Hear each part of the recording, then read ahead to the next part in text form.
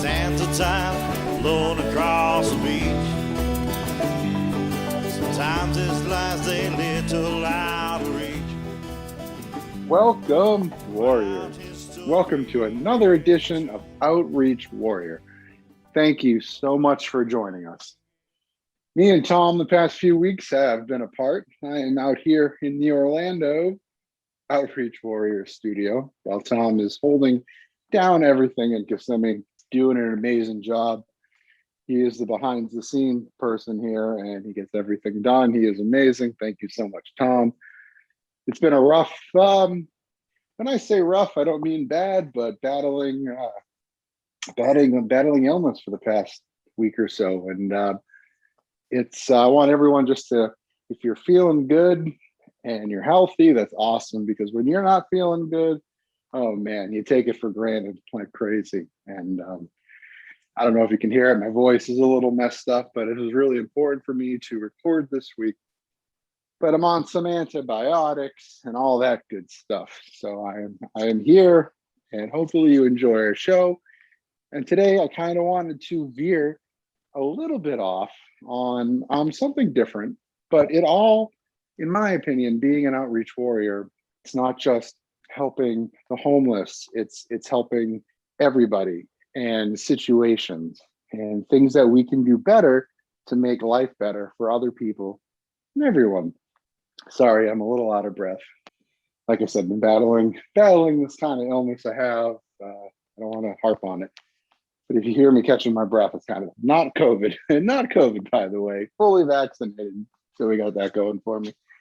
But I wanted to touch upon this week something that I've always kind of been very partial to, and that's food waste. There are lots of homeless people that are going hungry. There's a lot of people that have homes that are going hungry that can't afford food. And the massive amount of food that a lot of people waste is just unbelievable. I watched a documentary the other day, and it was called Just Eat It. Kind of funny. That's also a Weird Al Yankovic song, Just Eat It, to the parody. It's a parody of Just Beat It by Michael Jackson. Great song. I'm a big Weird Al fan. Check it out. Check out everything from Weird Al. Weird Al is awesome. It's a tangent, side note there. It's called Just Eat It. And it's available on YouTube. You can check it out on YouTube. It was about an hour and 10, 15 minutes. There's a lot of information on it. I think it could have been shot better, but it was done okay. So it was about a family. And again, this is on YouTube. It's called Just Eat It. It's a documentary about food waste. And it's a family, young family, husband and wife. And they decide that they are not going to buy food for, I believe it was 4 or 5 months. And it was just going to be strictly, they were going to eat food that was either thrown away or expired. They were pretty much dumpster diving and trying to get donations from food that was expired. So my only negative outtake of this, and this is just my opinion, is that they were, kind of looked like a healthy middle-class family, had a nice house, and they were just doing this as an experiment, which is totally cool. But, they could, and there were some points in the film where the wife was like, oh, let's just give up, let's just go buy some food. So they were never in any immediate danger of going hungry or anything like that. So I think that just took a little bit away from me, but it was really good. So their thing was they were going to go out and look for food that was thrown away or food people were giving away because of the expiration date. And this took place in Canada. And I know their laws are a little bit different than ours, not completely different. I actually did a little bit of research on our outdated food laws. So I have it right here before I go back into the film about food product dating. Best if used by is a type of date you might find on meat, poultry, or egg product labels. Are dates required on these food products? Does it mean the product will be unsafe to use after this date? Here is some background information that we have acquired. And this is from fsis.usda.gov. Does federal law require food product dating? except, and this is what they talked about, and I just learned this myself, except for infant formula, product dating is not required by federal regulations here in the United States. That's kind of shocking, actually. For meat, poultry, and egg products under the jurisdiction of the Food and Safety Inspection Services, dates may be voluntarily applied, providing they are labeled in a manner that is truthful and not misleading in compliance with FSIS regulations. To comply, a calendar date must express both the month and the day of the month, in that case of the shelf stable and frozen product. The year must be displayed, additionally immediately adjacent to the other date, and a phrase explaining and meaning the date, such as best if used by. So with my background in growing up, I was in a technical high school and I did culinary arts. So we did 2 weeks in our shop, and my shop was culinary, and 2 weeks in academics. And I am a big advocate for vocational schools. It was great. I loved it. High school was the best. But my point being was, when I was there, we had a restaurant inside our school, which was open to the public. So we learned a lot about the food and the dates and stuff like that. Now I'm learning that there's so much more gray area in this. I've always been very paranoid, for me personally, on meat and eggs and everything like that. I've had food poisoning a few times in my life, worst experience ever. So I've always been a little careful about eating food that's expired. But what this show was talking about, and also what I've been reading online, is that there's so many things that they could be selling past this best by date that are just going to waste and they're just throwing away. I highly recommend you watch this documentary. And I think one of the things they found in the dumpsters were all these eggs that still had like 2 to 3 weeks left on them, and they took them. And I think one was like feta cheese that still had weeks on it, but they weren't going to stock it on their shelves because they had new one. It's really mind blowing how much food we waste. And then they also said there's this statistic, which you have to take statistics with a grain of salt. You do.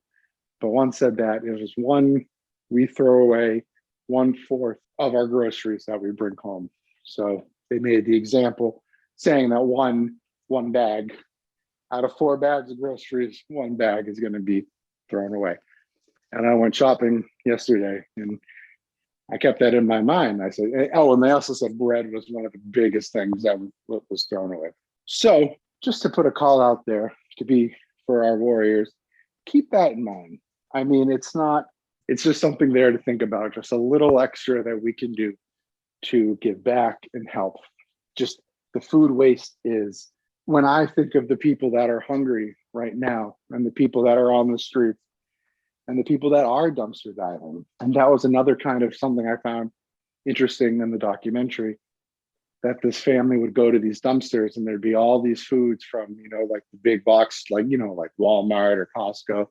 But then they would go to other places and the dumpsters would be full of stuff, but they'd be locked because they don't want people going in the dumpsters. Like, that was mind blowing.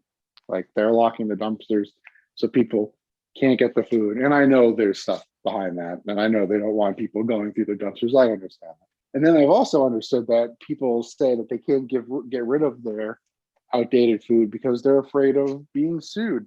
And from all the research that I found is that it's just, I don't want to say a lie, but it's kind of like an urban legend. It's saying if someone donates or gives away this old food and it's older, that if you get sick, you can sue them. A lot of websites that I've looked at have said that it's not true. It's never happened, but you never know. So I can see where people want to be safe. Also, we're being a school teacher and going to the cafeterias at lunch and everything, seeing I can't even put into words the amount of food that gets, if you're a teacher, if you work in public education or a school or private education, and there's a cafeteria, it is just, I have seen it with my own 2 eyes, and it's not the kids' fault. They get something, they have a few bites and they throw it away. And it's just massive, massive amount of food. So the next time you're at the supermarket and you're buying all your stuff, just keep in mind, do you really need all that? Because when you waste, it's in my opinion, we can work on this.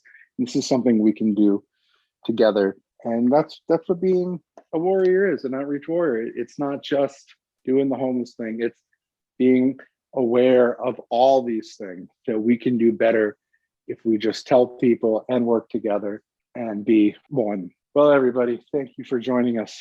Like I said, it's been a rough week for me getting over this illness. Hopefully I'll get there. I got my antibiotics, I got my vitamins, I got my Gatorade, Pedialyte, cranberry juice, all that good stuff. Sorry, it's a little short one this week. Me and Tom will be back next week. Hopefully we'll be together. It's been a few weeks. We've been apart, but that's just life. And thank you for joining us. And please reach out to us. We want to hear your story. If you are going through a tough time, if you're homeless, about to be homeless, or anything like that, please reach out to us at outreachwarrior@gmail.com. Please reach out. We would love to hear from you. We are also working on a little gathering, which should be in the next 2 weeks or so, with some people that I work with out in Orlando. We call it Operation Clean. I have a bunch of feminine products that have been donated, and I had some money donated via Facebook. Me and Tom had some money donated via Facebook, and we are going to go and buy the products in the next few days, going to put them in little baggies, and we're going to meet up with this other nonprofit that is downtown Orlando, and we are going to hand it out. And what we have left, my plan is to go to Kissimmee, where everything started, and going to the hotels and dropping off our little hygiene bags for females and males. And it's just little things like that. That just goes back to our Starfish outreach, our main nonprofit. It's helping one person at a time, one starfish at a time.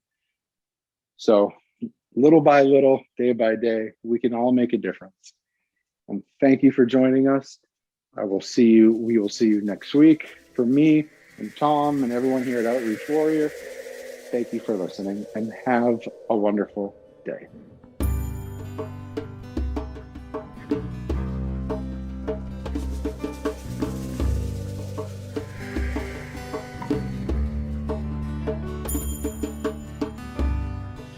Living here for centuries, yet I feel so lost. Men will do just what they please, never count the cost. And who's gonna help me find my way back home? And who's gonna help me find my way? And who's gonna help me find my way back home?